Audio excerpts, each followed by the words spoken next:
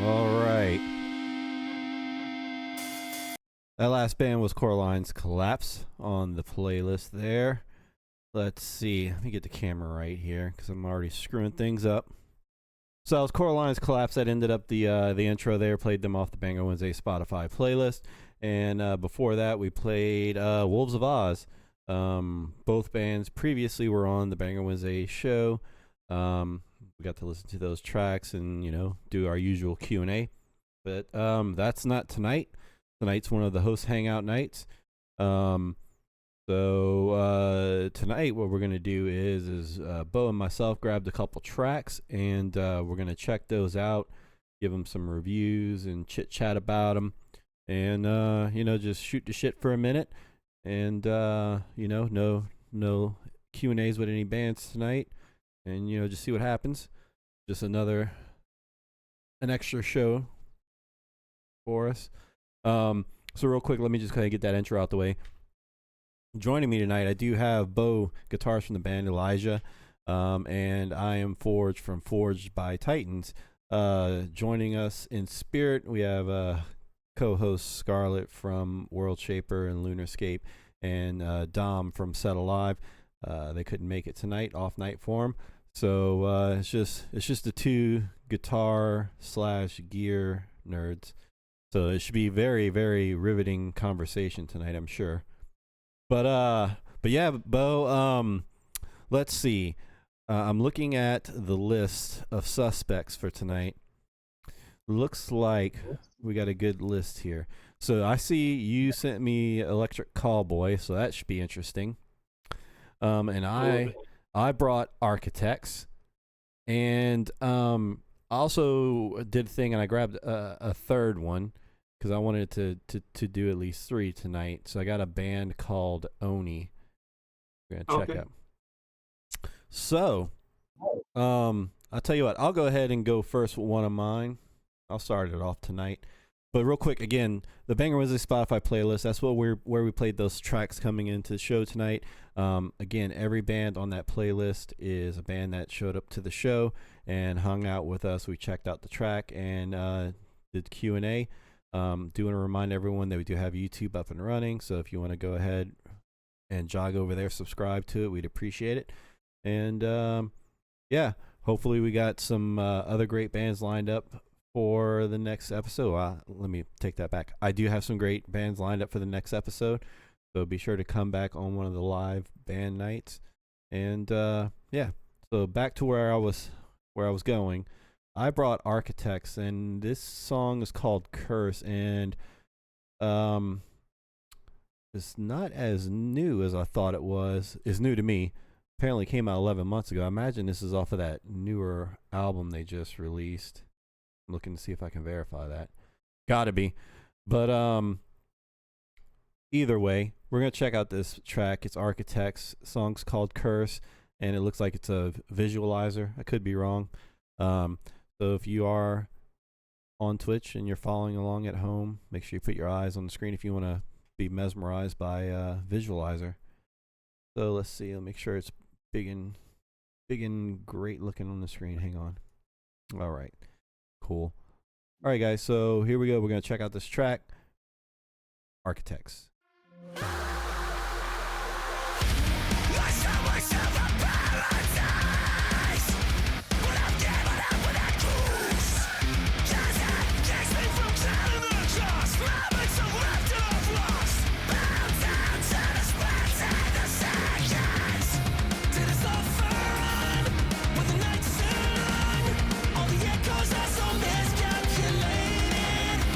When I'm dead and gone, and my race is won.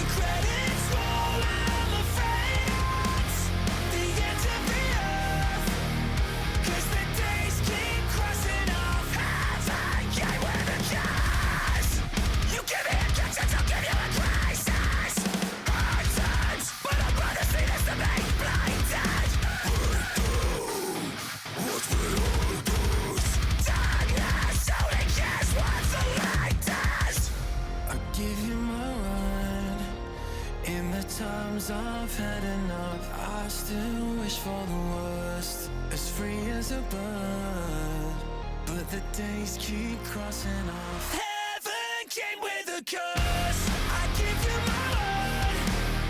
In the times I've had enough, I still wish for the worst, as free as a bird, but the days keep crossing off. Heaven came with a curse. I won't pretend to know my end. The credits roll, I'm afraid it's the end of the earth, 'cause the days keep crossing off. Heaven came with a curse.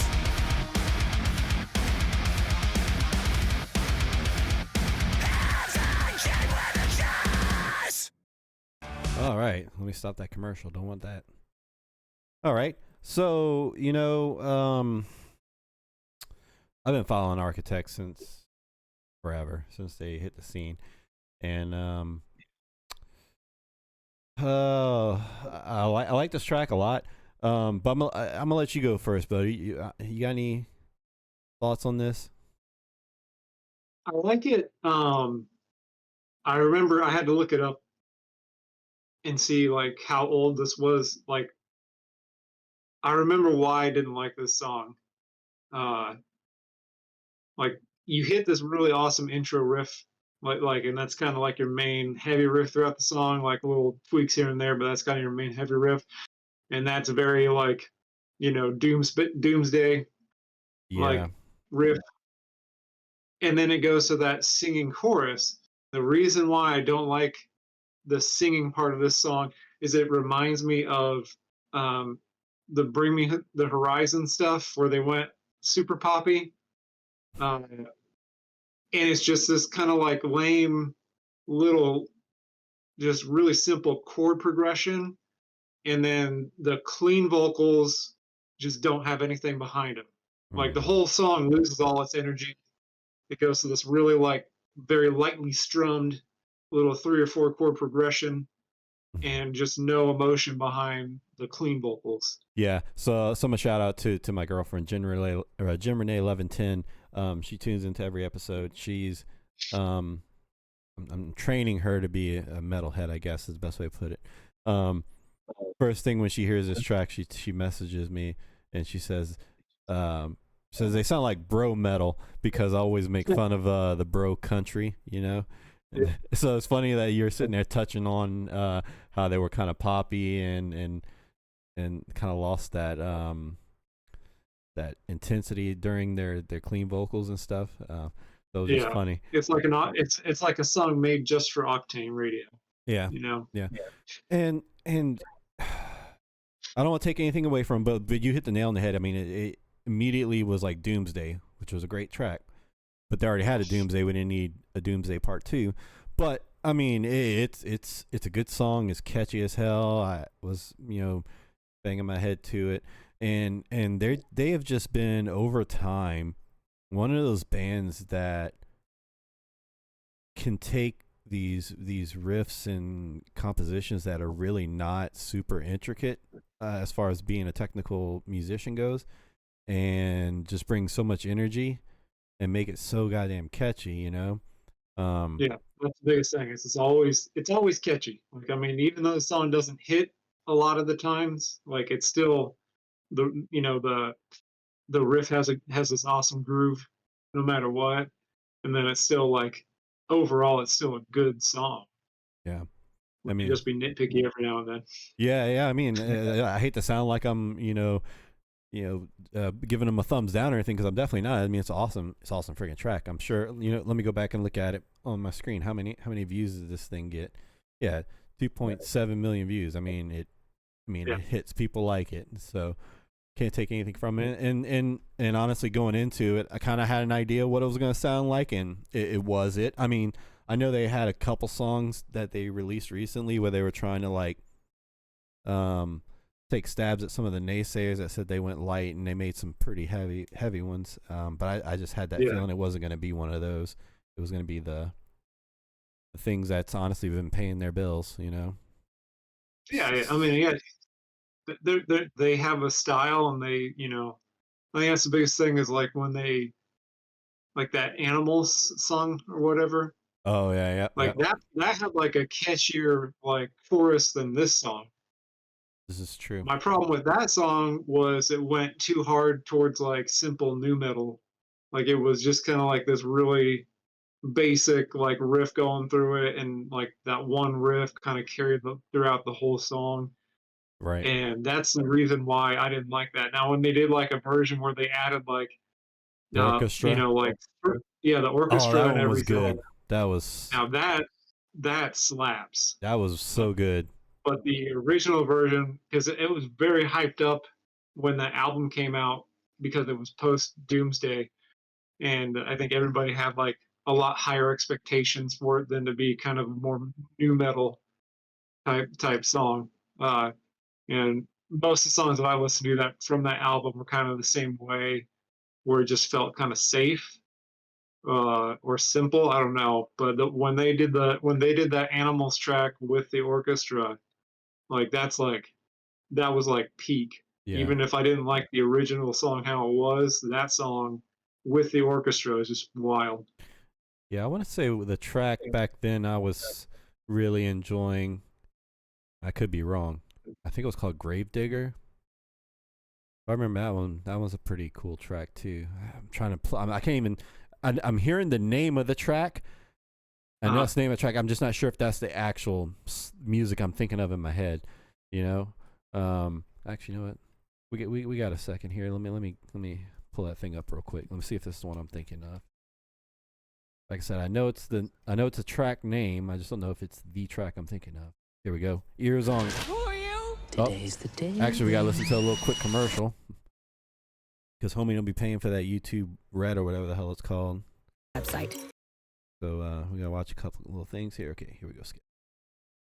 Sorry guys. Yeah, I think this is the one. I'm gonna play a few minutes, guys. I swear we'll come back.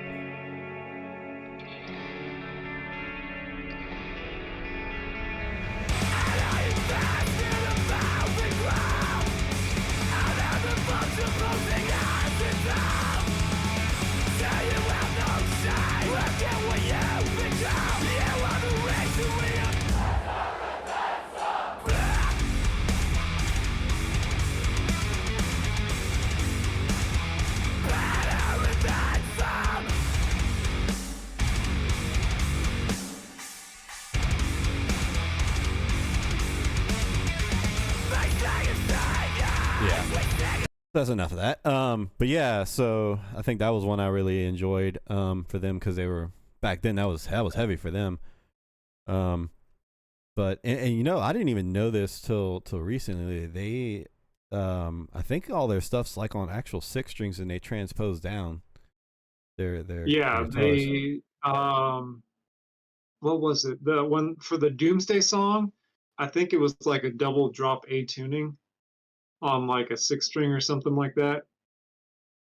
Like A DAD, like whatever, something like some kind of crazy. I forget what the tuning actually is. So when they're doing those little tappy things, like up on the upper frets that they're doing, like they're ripping out an octave, crazy little thing going on with it. It's like I think kind of like a big part of the style, and that kind of made it more mainstream to push like weird alternate tunings. Like then they were doing it, and Monuments are doing like the Dad Gad tuning, and you know, it just like that's when that kind of open tunings and alternate tunings and all that stuff kind of started getting big. Back in the day, we used to do it where we would tune it so that your 6th string, your high E string, was that half step below your 5th string. So no matter where you hit it up on your top 2 strings, you could play like a dissonant chord Oh right. for sliding around doing some of the crazy breakdowns and stuff we would do. But yeah, the alternate tuning stuff, like I feel like they were kind of like one of those bands that was like a really big part of that. Yeah, I would agree. But I mean, again, back to the song "Curse." You can't take anything from it. It's a really good track. I mean, they have solid compositions that hook people, and I'm trying to remember who mixes and masters them, because he does a good job for them. Feel like it may be the same guy that works with Spirit Box, to be honest with you, which would explain a lot. But yeah, man, great track. I really don't have much to say about that. I mean, it's Architects. It is what it is. It's kind of what I expected it to be, and good track. I guess Bobby Baller of Raytown Productions.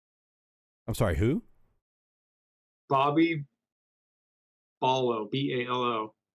He Uh-huh. does Architects, You said Fall Step. You said Raytown? Yeah, Raytown. Huh. I know exactly who that is. I didn't realize it was him. I'm very impressed. Yeah, he's if I'm not mistaken, he's got a bald head, clean shaven face. He does YouTube, bunch of YouTube content, mixing and mastering. This is the same guy I'm thinking of.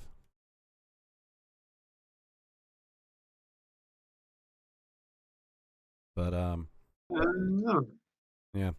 But again, Architects, you kind of can't go wrong with Architects. If you say Architects, and I'll probably like their track. I mean, it's always good. So, if you're listening to Architects, great track. Keep doing what you're doing. It works.